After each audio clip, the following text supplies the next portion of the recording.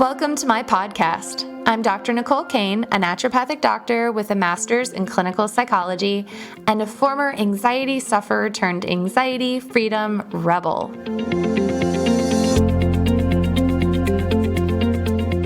This is Dr. Nicole, and today we're going to talk about, is it a panic attack or is it a heart attack? And I'm going to teach you how to tell the difference. Stay around to the end because I'm also going to give you a what do I do next strategy that's free and fast. So let's dive in. The question that I want to talk about today is that moment when you feel like your heart is racing and an elephant is sitting on your chest and you're asking yourself, oh my God, am I having a heart attack, or is this an anxiety attack or a panic attack? And so we're going to learn the difference. And where I want to start is we're going to first get into 8 signs that it's a panic attack. And then we're going to talk about 8 signs that it's a heart attack. I'm going to tell you how to tell the difference. And then I'm going to tell you what you do with that. And so let's start with just a quick disclaimer.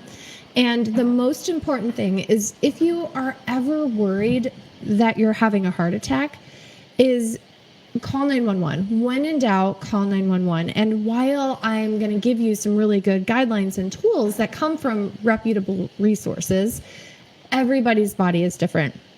And everybody's experience is different. And maybe you have a heart attack that feels just like a stomach ache. Or maybe you're having a panic attack that feels just like a heart attack. So the most important thing before we dive into any of these details together is to know that everybody's experience is different. And while I'm getting these from top medical resources, that it's really important to consider yourself as a unique individual, know your body, and when in doubt, always call 911. And know that this information isn't a substitute for seeing a doctor or a really good clinician that you trust, but it is going to give you really helpful guidelines so that you can start to be on top of the differences between anxiety attacks and heart attacks, generally speaking. So 8 signs that you're having a panic attack.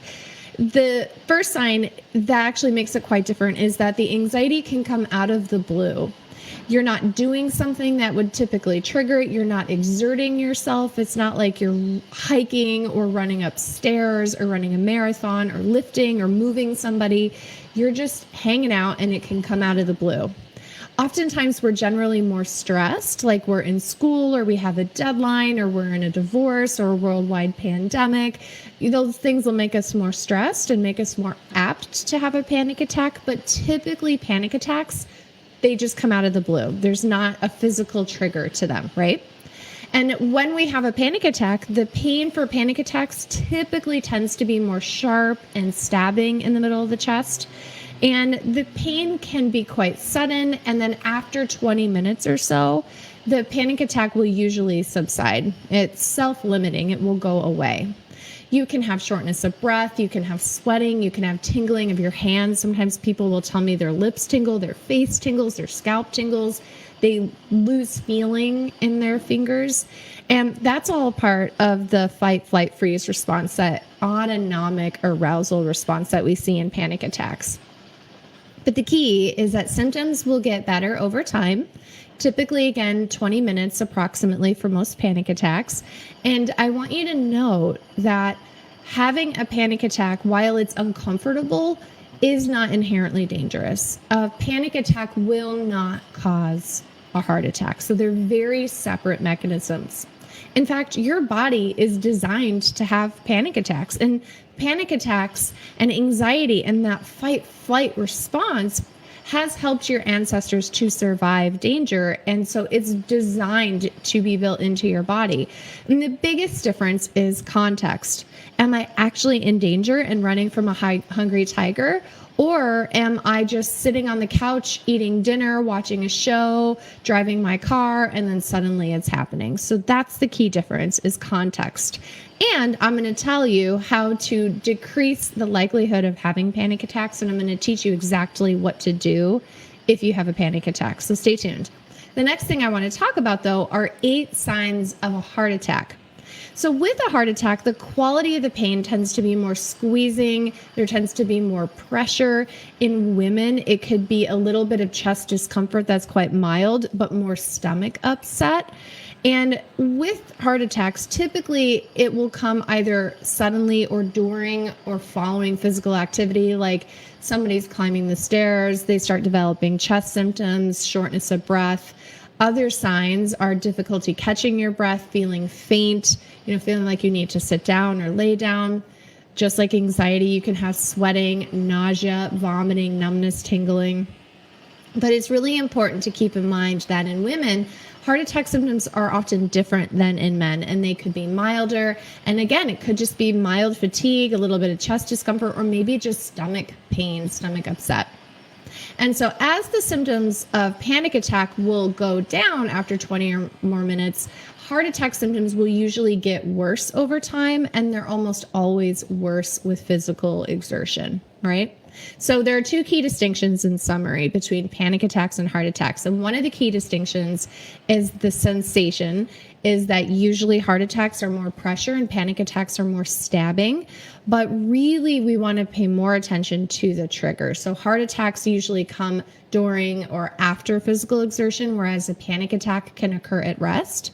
And so if you're lifting, if you're going upstairs and your symptoms start to get worse, then we might want to look more closely at the heart. And then the second is the process of how it transpires. And so a panic attack will come on suddenly, and then after 20 or 30 minutes, you'll feel quite a lot better. Oftentimes, one of the number one reasons that people go to the ER, call the paramedics, is that they feel like they're having a heart attack, but then by the time they get examined, they're feeling quite a lot better, and they do the EKG, the troponin screening test, and it turns out it was anxiety and panic, right? So symptoms of a heart attack will usually continue and may worsen over time, whereas an anxiety attack will usually feel quite a lot better after 20 minutes or so. So the question is, what do you do? What do you do next? I'm going to give you 3 things. Number 1, when in doubt, always call 911. While your symptoms may be due to panic, it's always better to play it safe and have a doctor examine you and make sure that your heart is healthy and strong. Second is to be proactive in your health.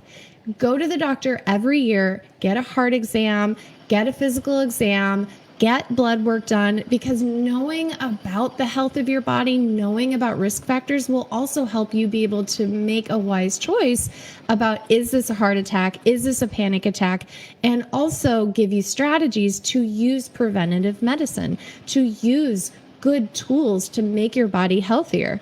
So if you're at a high risk for a heart attack, if you have really high cholesterol, extremely high stress, if you're overweight, if you have high blood pressure, if you have a family history of heart disease, getting that examination from the doctor and then using recommended strategies to make your heart healthier will put you ahead of the curve.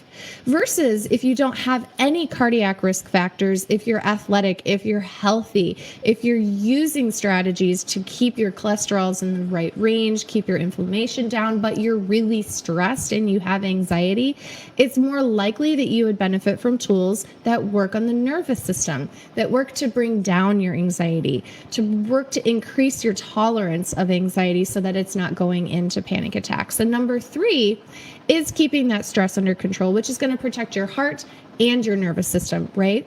We want to keep it balanced. We want to keep you healthy. And using these strategies ahead of time will keep your stress under control, which will keep your heart healthy and your brain healthy too. And this is where I can help. So remember earlier, I told you I had great free resources that I want to give to you. And if you're anything like me, you want results yesterday, and you're anxiously anticipating solutions that you can start employing as soon as possible. I remember being there. My anxiety used to be so intense that I felt this immediate urge to do something or anything. And a lot of the work that I teach is I try to teach you how to be empowered in finding your own answers and your own solutions so that you're not dependent on a pill for an ill, so that you're not dependent on sitting on a clinician's couch, so that you're not dependent on the next solution and the next answer. And as I say that, I remember being in that place where there was so much desperation that I just needed something to get me from the red fight, flight, freeze zone into a zone where I actually had the capacity to deal with my stress and my anxiety. And if you're feeling that way too, I've got you covered. So while you're doing the deeper work, we need solutions that work right now. And my favorite solution that I've been using with clients for the past decade is called the Anxiety Breakthrough Wellness Springboard. It's free and it has strategies that you can start using yesterday, and they work quickly. And so check that out. You just simply download it. There's a beautiful book and there's solutions in there that are created for you. And these are designed for number 3, right? To bring down that stress, to bring down that autonomic nervous system arousal, to increase the health of your nervous system so that you are less likely to have a panic episode. So you can start using those right now, and make sure that you download that Springboard today and take a look at it today. Because if you're also anything like me, you're like, oh, that's a good idea. I'm going to follow this post and I'm going to do it later. But just do it right now. Click on the link. I'm going to put the link in there for you. Download it onto your computer, put it on your desktop, and look at it today. These solutions are free. They work. I've been using them over the past decade with clients with really good success, and there's really no disadvantage and no risk to getting more free information, especially if it's going to get you the results that you deserve. I'm Dr. Nicole, and my passion is to help people turn the page on anxiety, to get their lives back from anxiety. And today we've been talking about, is it a heart attack or is it a panic attack? I'll also make sure to post this in a blog. So I know there's a lot of information and you can go back and you could read that. We'll get that up over the next week.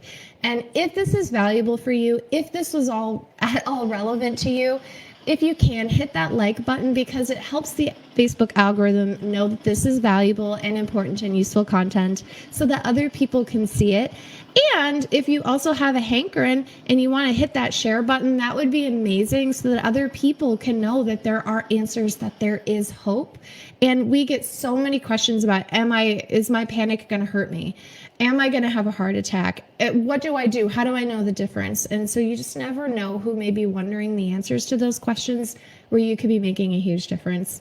Thank you so much for reading, so much for listening, and definitely download that Springboard today, right now. Click the button. You could do it. Click it. It's free. And I will see you guys next time. Thank you so much for watching. Bye. The recording you just listened to consists of the personal opinions of Dr. Nicole Cain, a naturopathic doctor with a master's in clinical psychology.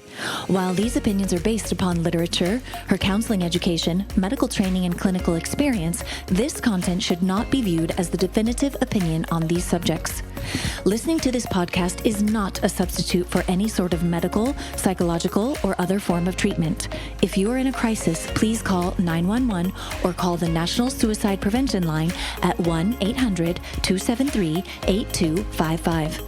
If you're in need of counseling, don't hesitate to make an appointment with a counselor in your area. Dr. Nicole Cain is so passionate about people getting their life back. If this resonates with you and you think this podcast would help someone you love, please share it with them.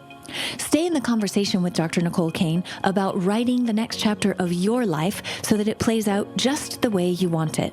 Explore your options for working with her at www.drnicolecain.com. That's Dr. Dr. Nicole Nicole Cain CAIN.com. When you're there, be sure to take advantage of the free Anxiety Freedom 1-week challenge. We look forward to seeing you on the next episode of the Get Your Life Back podcast. Here's to your next chapter.